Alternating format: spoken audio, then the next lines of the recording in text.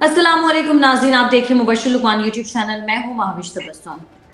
नाज़रीन, अगले हफ्ते सुप्रीम कोर्ट के केसेस का रोस्टम जारी हो चुका है और मुबश्शिर साहब इस्लामाबाद में सिर्फ सिविलियन के कोर्ट मार्शल से मुतालिक फौजी अदालतों का जो केस है वो सुना जाएगा और चीफ जस्टिस ने यह भी कह दिया कि ईद से पहले पहले फैसला सुनाया जाएगा। सर, आप क्या समझते हैं, इसमें क्या होगा? देखिए, मैं ये समझता हूँ इसमें दो बातें। एक तो जिस तरह का ये पिटीशन हुई है और जिस तरह वो पिटीशन के लिए जाके मिन्नत समाजत हुई है और फिर जिस तरह उसको एडमिट किया गया है, तो यकीनी तौर पे इसका वो कुछ फ़ैसला देना चाहते हैं और वो इसके ऊपर किसी किस्म का स्टे लगाना चाहते हैं, क्योंकि हमने देखा है कि अभी तक अदालतों से तरफ वो बातें आ रही हैं बाहर जिनसे इमरान खान को या उनकी जमात को फ़ायदा हो। तो ये कैसे हो सकता है कि यहाँ पे ऐसी फ़ैसला आ जाए कि जो इमरान खान की पसंद का ना हो। दूसरी तरफ प्रॉब्लम यह है कि सुप्रीम कोर्ट में इसी केस का फैसला कुछ साल पहले हो चुका है और लार्ज बेंच ने किया हुआ है, तो अब कैसे एक छोटा बेंच जो है उसके ऊपर उसके खिलाफ फैसला दे दे। तीसरी बात यह है कि इमरान खान के अपने दौरे हुकूमत में आर्मी कोर्ट्स जो हैं, मिलिट्री कोर्ट्स जो हैं, वो एक्टिव रही हैं और इन एक्शन रही हैं। तो अब उनको ये चीज़ें बुरी लग रही हैं कि जब अपने आप को सामने वो कटहरे में देख रही हैं। तो देखते हैं क्या होता है। मैं प्रीएम तो नहीं करना चाहता, लेकिन यूजुअली तो फैसलों का पता ही चल जाता है जजेस की कॉम्बिनेशन से।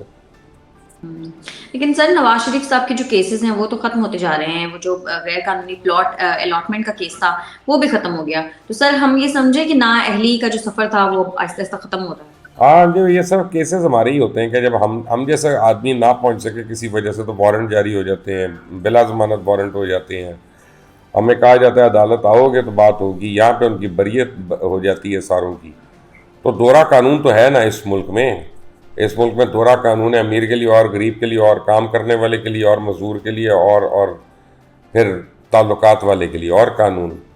तो नवाज शरीफ तो बहुत ताल्लुकात वाले हैं, बहुत पैसे वाले हैं, तो कैसे उनको रिस्पाइट नहीं मिलेगा। हमें तो वीडियो पे हमारी तो पेशियाँ भी नहीं होती, देखें तो हर जगह जाना पड़ता है, फिजिकली जाना पड़ता है, हर शहर में जाना पड़ता है। लेकिन नहीं, क्या चलते हैं, देखते हैं कब तक इस जुल्म का मयार बरकरार रहेगा, ये भी देखना है, क्योंकि अल्लाह ताला की लाठी बेआवाज़ है। सर, आपके पास आजकल जमान पार्क के हवाले से भी बड़ी मुखबरियां आ रही हैं। सुना है कि वहाँ के जो मुलाजमीन हैं वो आपको बड़े किस्से सुना रहे हैं। सर, क्या खबरें हैं, हमारे साथ भी शेयर करें। को पुराने मुलाजमीन भी, क्योंकि तनख्वाही नहीं मिल रही ना लोगों को जमान पार्क में। अब तो जमान पार्क में बड़े मसले हैं। जमान पार्क में जो लास्ट लड़ाई हुई है वो आम की पेटी के ऊपर हुई है। बेगम साहिबा ने आम खाने थे, तो अब कोई डोनर तो है नहीं आम वाला कि जो रोज़ आमों की पेटियां भिजवाते थे पहले, और मिल्क शेक अलग बनते थे, सुबह नाश्ते पे अलग खाया जाता था काट के, फिर खाने के साथ अपना लोगों को भी दिया जाता था। तो रोज़ पेटी आ जाती थी। अब पेटी ख़रीदनी पड़ेगी, तो ख़रीदने का हौसला है नहीं, ख़रीदने की हिम्मत नहीं है। तो उसके ऊपर काफ़ी लड़ाई हुई है। तो वो अब जिस तरह से हालात जा रहे हैं, मुझे लोग मुझे कहते हैं क्या इनकी अलहदगी हो जाएगी। तो पहली बात तो यह है कि एज़ अ मैरिड पर्सन मैं तो कभी किसी के लिए दुआ नहीं करूँगा कि उसकी अलहदगी हो या ना चाहती हो। लेकिन जब मैरिज ऑफ कन्वीनियंस हो ना, हो ही एक बिज़नेस, ये प्रपोजिशन के तहत मैरिज हो ना, शादी हो, तो फिर जब वो बिज़नेस नहीं होता तो फिर वो शादी भी नहीं रहती। तो अगर तो उस वजह से है तो फिर आप देखिएगा कि कुछ अरसे में इनके ताल्लुकात मज़ीद उनमें खलीज आता रहेगा और बात कहीं और भी जा सकती है। कहाँ? देखते हैं कौन किसके खिलाफ वादा माफ गवाह बनता है, ये देखेंगे। अच्छा, मतलब आप ये कहना चाह रहे हैं बुशरा बीबी दगा दे सकती हैं? मैं चले इसको let me rephrase it another way कि औरत की सबसे बड़ी कमज़ोरी क्या है? उसकी औलाद होती है। अपनी औलाद के लिए वो अपना नवाला दे देती है, अपना जान दे देती है, खून दे देती है। तो जब औलाद को अपनी शादी के लिए छोड़ दे वो, तो फिर उसके मतलब मैं क्या कह सकता हूँ। सर, लेकिन मैं तो वो आमों वाली चीज के ऊपर अटक गई हूँ। तो क्या उनके यहाँ सीजन के आम नहीं आएंगे? खरीदने पड़ेंगे महाविश, खरीदने के पैसे नहीं है, हौसला नहीं है, पैसे भी हैं, सर हौसला हम नहीं है, और अब उसको जाना पड़ेगा खरीदने के लिए, नौकर नहीं है बाहर जाने के लिए। सर, हमने यहाँ पे ऑस्ट्रेलिया में रहकर इतने महंगे आम, पाकिस्तानी आम खरीदे हैं क्योंकि हम पाकिस्तानी आम चाहिए थे। तो पैसे खर्चे होंगे ना, तो खरीद लिया। पैसे खर्चे हैं बहुत ज्यादा। सर, तो बहुत वो भाई ज्यादा। साहब ने जिंदगी में कभी अपने किसी बच्चे को उन्होंने कोक की बोतल नहीं पिलाई अपने पैसों से, तो वो आम खरीदेंगे। मैं सोच रही हूँ मैं खान साहब को यहाँ से आम भेज दूँ डॉलर्स में। भेज दें, अपना जरूर भेज दें। आप डॉलर मुझे भेज दें, मैं आम की पेटी यहाँ से भिजवा देता हूँ। नहीं सर, यहाँ वाली जो आम है ना वो ज्यादा, आपको पता है मैं आम बड़े तरीके से खाती हूँ कि जरा सा भी जाया ना हो, क्योंकि मैं अपने हस्बैंड को इतने बहुत पाकिस्तान महंगे से पाकिस्तान से अच्छा आम दुनिया में कहीं नहीं नहीं है ना मिलता। सर, ऐसा ही इसीलिए तो हमने लिए यहाँ से आम महंगे महंगे दामों। अच्छा सर, अहले दानिश ये बताते हैं कि अगर आपके पास कोई आहनी चीज हो तो जादू आपके ऊपर असर नहीं करता। जो मरियम नवाज के पास हर वक्त एक ग्लास होता है आहनी, तो सर आपके ख्याल में इस ग्लास का क्या मकसद है?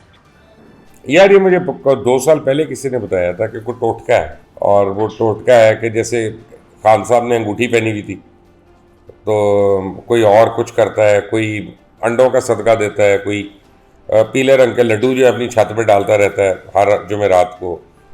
तो ये स्टील का गिलास जो है ना, ये भी मुझे टोटका लगता है। अब ये तो नहीं है ना कि उनको पानी ज़्यादा चाहिए होता है, एक वक्त में उनकी प्यास नहीं बुझती छोटे गिलास में, तो वो 2 बार ही पी सकती हैं पानी, लेकिन नहीं, वो स्टील का गिलास रखती हैं ना। उनको ये खदशा है कि गिलास टूट जाएगा तो फिर दूसरा ख़रीदना पड़ेगा, तो बजट का भी कोई प्रॉब्लम नहीं है।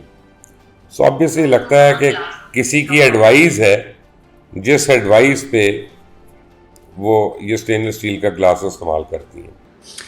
सर सुप्रीम कोर्ट के इख्तलाफात काफी बढ़ गए हैं और जस्टिस काजी फायज ईसा का जो इख्तलाफी नोट था वो भी वेबसाइट से हटा दिया गया है, और इस तरह की खबरें भी आ रही हैं कि बड़ी अदालत में बैठे वाले कुछ जो लोग हैं उनका बुरा वक्त शुरू होने वाला है। सर आपको क्या लगता है क्या हो सकता है? देखें, बात यह है कि मुझे तो लगता है कि शायद कोई अब बड़ा जो है घर जल्दी चला जाए, मैं यही कह सकता हूँ। और दूसरी बात यह है कि जब आप वेबसाइट से किसी के इख्तलाफी नोट हटाना शुरू कर दें, तो इसका मतलब है कि आप केस को की हुर्मत का पास नहीं कर रहे, आप अपनी ख्वाहिशात पे हर चीज़ चलाना चाह रहे हैं, क्योंकि वो आपकी ख्वाहिशात के बरक्स है, तो आपने उस नोट को रिमूव करवा दिया। तो इससे इख्तलाफात बढ़ेंगे, कम नहीं होंगे। और ये इख्तलाफात बढ़ाने में मेरा ख्याल है कि चीफ जस्टिस का यही एटीट्यूड जो है वो काफ़ी कार फरमा है। इसमें उनको किसी और को ब्लेम नहीं करना चाहिए अपने अलावा। सर लाहौर की जो स्पेशल सेंट्रल अदालत है उन्होंने मनी लॉन्ड्रिंग के केस में परवेज इलाही साहब की जो जमानत है वो मंजूर कर ली है, लेकिन दूसरी तरफ हम देख रहे हैं कि पंजाब पुलिस फिर से उनकी गिरफ्तारी के लिए मौजूद है। सर क्या लगता है आपको, परवेज इलाही साहब आपको बाहर आते नजर आ रहे हैं? पहली बात तो यह है कि परवेज इलाही पेन में है और बेटा उनका स्पेन में है, तो और ऐश कर रहा है दबा कर, ठीक है ना। तो ये पेन और स्पेन का कॉम्बिनेशन जो है ना, ये बड़ा ही मुतजाद कॉम्बिनेशन है। अब सुना तो ये था कि बेटे ने हथियार डालने का कह दिया कि जैसे मेरे बाप को छोड़ दो, हमें काफ लीग का सदर बनवा दो तो फिर हम आ जाते हैं। काफ लीग में जा तो सकते हैं वो, लेकिन सदारत वगैरह नहीं उनको मिल सकती।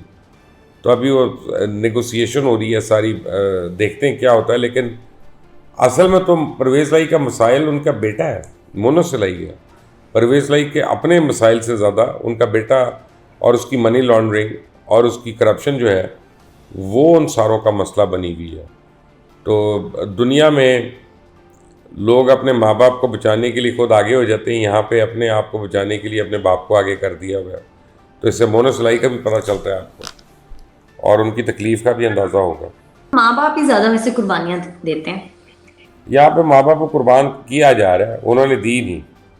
जबरदस्ती।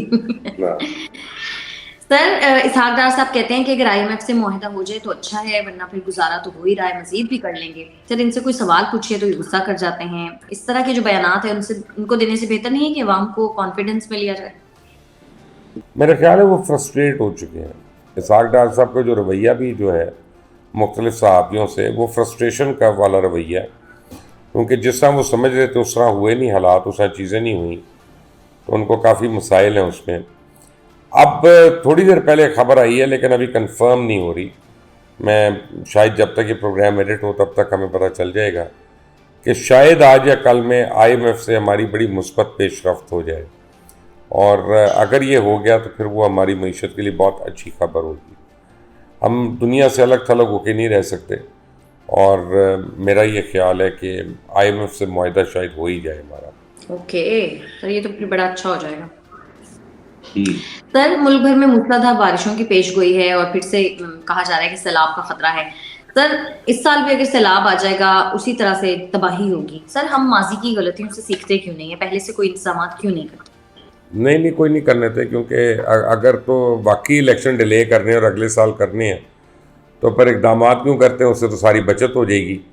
वो तो सारे एक दफ़ा ज़रा रुड़े, सारे लोग को मरें, कोई मवेशी ख़त्म हो तो फिर रोना धोना शुरू करें कि देखो जी हमारे इतने अजलाम है तो पानी आया हुआ है, लोग इतने बेघर हैं, हम इलेक्शन कैसे करा दें।